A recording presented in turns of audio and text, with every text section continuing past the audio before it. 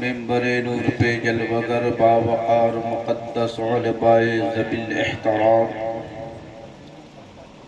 و معجز حاضرین،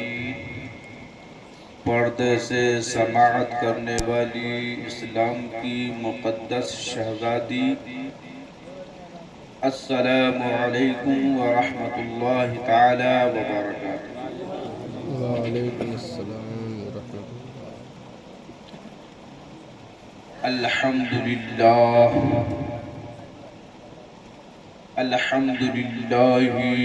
کفا باللہ والسلام علی حبیبہ المصطفیٰ، اما بعد فاعوذ باللہ من الشیطان الرجیم، بسم اللہ الرحمن الرحیم۔ الرجال قوامون علی النساء،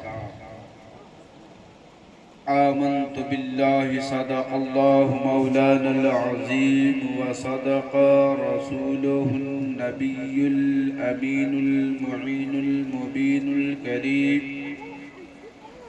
ونحن على ذلك لمن الشاهدين والشاكرين والحمد لله رب العالمين یا رب العالمین۔ آئیے ہم اور آپ عقیدت و محبت کے ساتھ جھوم جھوم کر درود و سلام کی ڈالی عقیدت و محبت کی تھالی میں سجا کر پیش کرے اور کہے بابا سے بلند، اللہم صلی علی سیدنا شفیعنا مولانا محمد البارک وسلم، صلو علیہ صلاۃ و سلام علیک یا رسول اللہ صلی اللہ علیہ وسلم۔ حضرات،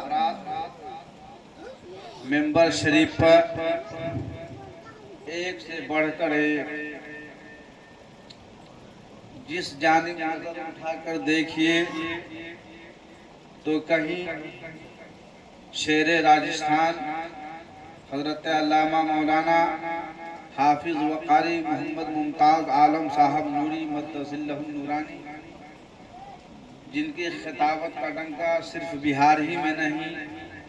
بلکہ راجستھان سے لے کر پورے ہندوستان میں ان کی تقریر ہوتی۔ نعرہ تکبیر، نعرہ رسالت، علماء اہل سنت، نعرہ تکبیر۔ اور بڑی خوشی کی بات ہے کہ ممبر شریف پہ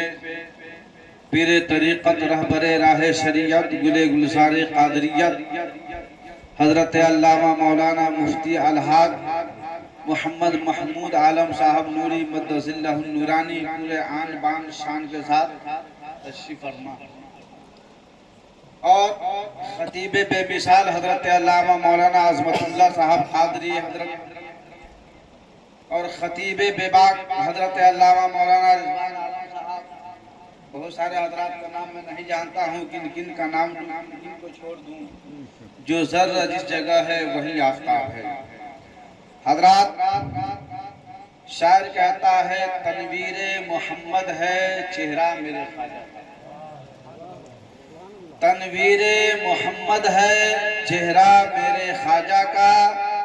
اور کعبہ ہے فقیروں کا روضہ میرے خواجہ کا، کعبہ ہے فقیروں کا روضہ میرے خواجہ کا، اور جس کو نہ یقین آئے اجمیر چلا جائے، جس کو نہ یقین آئے اجمیر چلا جائے، ارے بٹتا ہے وہاں گھر گھر صدقہ میرے خواجہ کا، بٹتا ہے وہاں گھر گھر صدقہ میرے خواجہ کا۔ اور میرے خواجہ غریب نواز کی بھی شادی ہوئی ہے، تو جوڑا کہاں سے آ رہا ہے اور سہرا کہاں سے آ رہا ہے؟ دیکھیے، شادی میرے خواجہ کی اس شان سے ہوتی ہے، شادی میرے خواجہ کی کس شان سے ہوتی ہے، ارے لایا ہے فرشتوں نے جوڑا میرے خواجہ کا، اور پھول آئے ہیں جنت سے، خوشبو ہے مدینے کی۔ صحرا میں جو پھول بودا جاتا ہے میرے خواجہ کا صحرا کا اندازہ آپ لگائیں. صحرا میرے خواجہ کا، پھول آئے ہیں جنت سے، خوشبو ہے مدینے کی، اور گوندا کوئی مالی نہیں ہے بلکہ گوندا ہے فرشتوں نے. صحرا میرے خواجہ کا گوندا ہے فرشتوں نے، صحرا میرے خواجہ کا. حضرات ابھی میں نے قرآن مقدس کی بہت ہی مشہور و معروف آیت تلاوت کرنے کا شرف حاصل کیا، جس میں خالق کائنات ارشاد فرماتا ہے الرجال قوامون علی النساء، کہ مرد عورتوں پہ حاکم ہیں. یہ اور بات ہے کہ اس معاشرے میں ہم اپنی حکومت نہیں چلا پاتے ہیں، ہے کہ نہیں؟ آپ نے دنیاوی اعتبار سے دیکھا ہوگا کہ جتنی بہمت سے انسان جیتتا ہے، اتنی بہمت سے پارٹی جیتی ہے، اتنی حکومت ہے کہ نہیں؟ حضرات اللہ تبارک و تعالی نے مردوں کو عورتوں پہ حاکم بنایا، لیکن آج اس کا الٹا نظر آتا ہے. جس طرف دیکھیے، جس انداز سے دیکھیے، تو 99% میں 90% اس مسئلے میں اس دنیاوی اعتبار سے ایسے الجھے ہوئے ہیں جیسے پتہ یہ چلتا ہے، کہا ہے بلبل بنگال میں کہ لوگوں اگر تمہیں غلام ہی بننا ہے تو غوث کا غلام بنو، خواجہ کا غلام بنو، محبوب الہی کا غلام بنو، مگر جورو کا غلام مت بنو، جورو کا غلام مت بنو. آج یہ میں آپ کو بتانا چاہتا ہوں، ایک صحابی رسول ہے جو تجارت کے لیے نکل رہے ہیں. وہ کیسے مرد تھے، وہ کیسے صحابی رسول تھے، اندازہ آپ لگائے. اور وہ کیسی خاتون تھی جو فاطمہ الزہرا کی سیرت کو اپنے گلے سے لگاتی، چلتی تو پتہ یہ چلتا کہ کوئی اور نہیں جا رہی ہے بلکہ فاطمہ کی پری جا رہی ہے. جب شوہر تجارت کے لیے نکل رہا ہے، اپنی بیوی کو یہ وصیت کر رہا ہے کہ اے میری شریک حیات، میں تجارت کے لیے جا رہا ہوں، جب تک میں واپس نہ آ جاؤں تم یہاں سے کہیں نہیں جا سکتی، حتیٰ کہ ایک ہی مکان کے 2 حصے ہیں، ایک حصے میں اس لڑکی کے ماں باپ ہے، دوسرے حصے میں وہ لڑکی خود رہتی ہے، اوپر نیچے کا معاملہ ہے.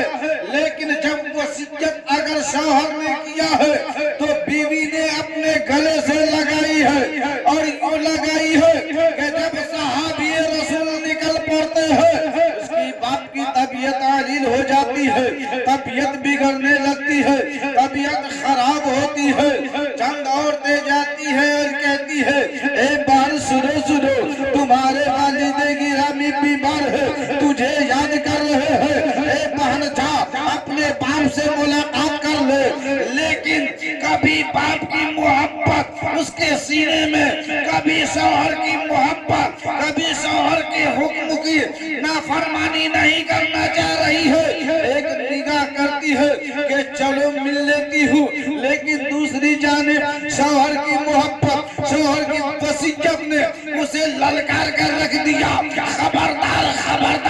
تم اپنے شوہر سے کیے ہوئے وعدے کو کبھی مت توڑنا. اب بے پت ہو جاتی ہے، ایک غلام کو بلاتی ہے، ایک خادم کو بلاتی ہے اور کہتی ہے جاؤ مصطفیٰ کی بارگاہ میں میرا سلام پیش کر دینا، اور آقا کی بارگاہ میں یہ عریضہ پیش کر دینا. اے شاہد و جہاں فلاں خاتون نے مجھے بھیجی ہے اور آپ کو سلام پیش کی ہے. یا رسول اللہ، عرض یہ ہے کہ فلاں خاتون کا والد گرامی بیمار ہے، باپ بیمار ہے، اسے بار بار یاد کر رہے ہیں. اجازت دیتی ہے یا رسول اللہ کیا آپ حکم دے رہے ہیں کیا بیوی اپنے خاتون اپنے باپ سے مل سکتی ہے؟ اتنا کہنا تھا، کہا جاؤ اور کہہ دینا کہ جو اس کے شوہر نے وصیت کیا تھا اسے گلے سے لگا۔ اللہ اکبر۔ طبیعت اور بگڑتی چلی گئی، چند خواتین آتی ہے اور کہتی ہے اے بہن آخر بتا تو صحیح، تیرے سینے میں دل کی جگہ کوئی پتھر تو نہیں؟ ارے تیرا باپ بیمار ہے، آہو فغا کر رہے ہیں، زندگی کی آخری سانسیں لے رہے ہیں، چلو تمہیں بار بار یاد کر رہے ہیں لیکن چلو تو صحیح اپنے باپ کی آخری دیدار تو کر لو۔ اتنا کہنا تھا، پھر شوہر کی محبت کی خاطر شوہر کی نافرمانی نہ ہونے پائے، اس کی وجہ سے شوہر کو راضی کرنے کے لیے شوہر کے حکم کو گلے سے لگاتے ہوئے آنکھوں سے آنسوں کے قطرات ہیں اور یہی کہتی ہے اے بہن جا، جب میرا شوہر گیا تھا تو مجھ سے یہ وصیت کیا تھا کہ اے میری شریک حیات جب تک میں واپس نہ آ جاؤں تم نہیں جا سکتی ہے۔ حتیٰ کہ وقت گزرتا گیا، اب اس کے باپ کا انتقال بھی ہو جاتا ہے، دنیا سے ہمیشہ ہمیش کے لیے دنیا کو الوداع کہہ دیتا ہے، روح قبض انصری سے پرواز کر جاتی ہے۔ چند خواتین آتی ہے اور کہتی ہے اے بہن سنو سنو، جب تیرا باپ بیمار تھا تجھے یاد کرتا رہا تو نہ ملی، تیرے باپ کی طبیعت اور بگڑتی چلی گئی، تجھے یاد کرتا رہا تو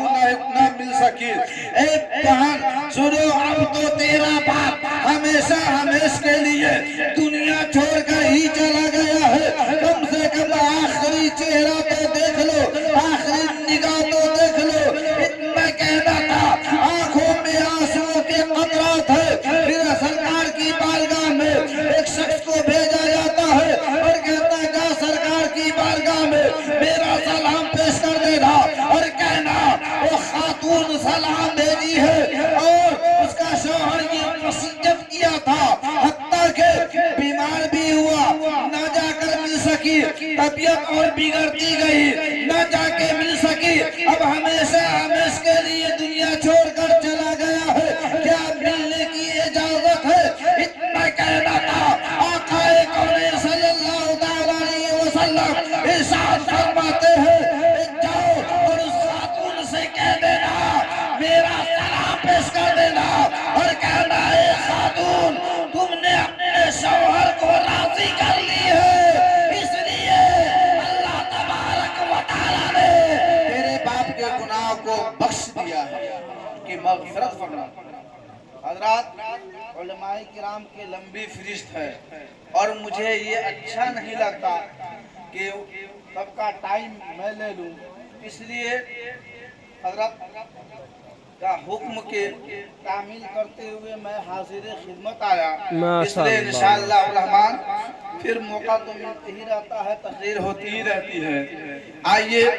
ہم لوگ مل کے پڑھتے ہیں استغفر اللہ ربی من کل ذنب واذنبتہ واتوب الیہ لا حول ولا قوة الا باللہ العلی العظیم۔ خوب کی سیر چمن پھول چونی شاد رہے، باغ باغ جاتا ہوں میں گلشن تیرا آباد رہے، وما علینا الا البلاغ۔